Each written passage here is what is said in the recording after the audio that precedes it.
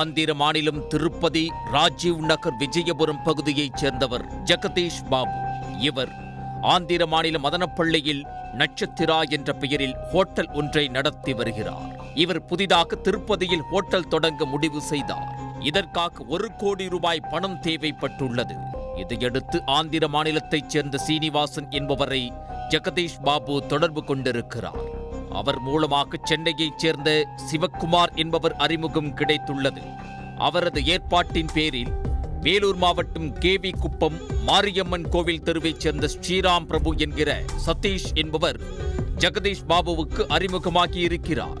ஜெகதீஷ் பாபுவிடம் பேசிய சதீஷ் வட்டிக்கு 1 கோடி ரூபாய் கடன் பெற்று தருவதாகவும் அதற்கு வீட்டு பத்திரமும் கடன் பெற நடைமுறை கட்டணமாக 4,15,000 ரூபாய் கொடுக்க வேண்டும் என்று கூறியுள்ளார். மேலும் அந்த பணத்தை கிருஷ்ணகிரியில் புதிய பேருந்து நிலையம் அருகில் உள்ள ஆர்கேவி ஹோட்டலுக்கு கொண்டு வருமாறும் கூறினார். இதை நம்பிய ஜெகதீஷ் பாபு தனது உறவினர் மஞ்சு பார்கவ் என்பவருடன் 4,15,000 ரூபாய் பணத்துடன் அங்கு சென்றிருக்கிறார்.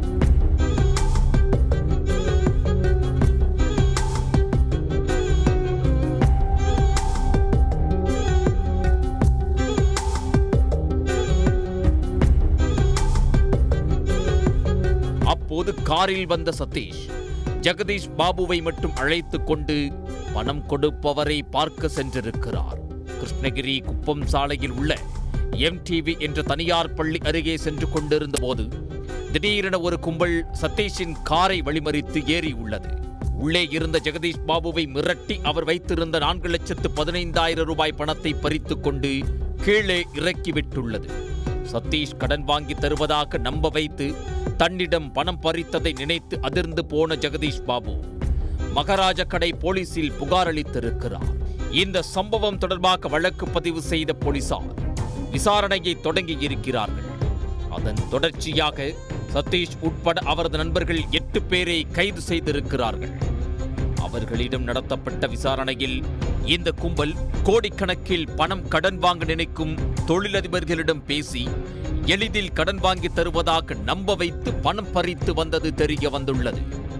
இந்த கும்பலிடம் இருந்து 4 லட்சம் ரூபாய் பணம், 3 கார்கள் பறிமுதல் செய்யப்பட்டன. இதே பாணியில் இவர்கள் வேறு யாரையெல்லாம் ஏமாற்றி பணம் பறித்திருக்கிறார்கள் என்ற கோணத்தில் போலீசார் விசாரணை நடத்தி வருகின்றனர். உடனுக்குடன் செய்திகளை தெரிந்து கொள்ள சன் நியூஸ் பெல் ஐகானை கிளிக் பண்ணுங்க.